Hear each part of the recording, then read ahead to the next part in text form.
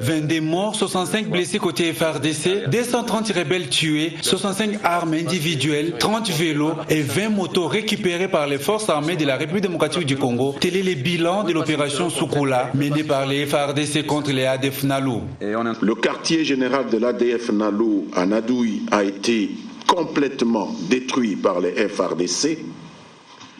Les sanctuaires de Mwalika et les autres que j'ai cités ont été récupérés.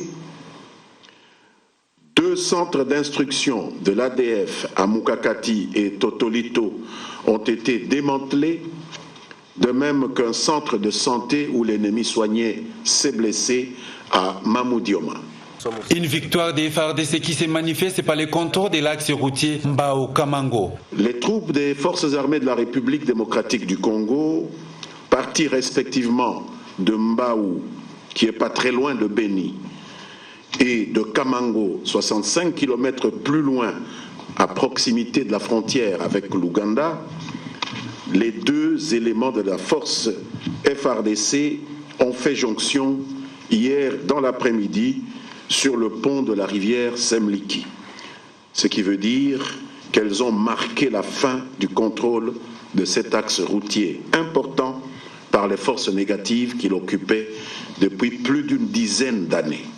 Deuxième communication de Lambert Mendeo Malanga face à la presse, les comportements exemplaires des contingents militaires congolais en République centrafricaine. 850 éléments des FARDC, 150 policiers congolais participent aux efforts pour rétablir l'ordre dans ces pays avec lesquels la RDC partage 1600 km de frontières. Les porte-parole du gouvernement a, au nom de ces derniers, rassuré aussi bien les acteurs politiques et les partenaires intéressés au processus électoral en République démocratique du Congo que dans les perspectives de celui-ci, la liberté d'expression du reste garantie tous les jours, laissera bel et bien, autant que les droits de l'opposition, la liberté des mouvements, l'indépendance et l'impartialité de la justice, tout comme l'assurance d'un espace politique ouvert. En 2016, il a dit autre chose. Alors pourquoi ça devient une question de débat?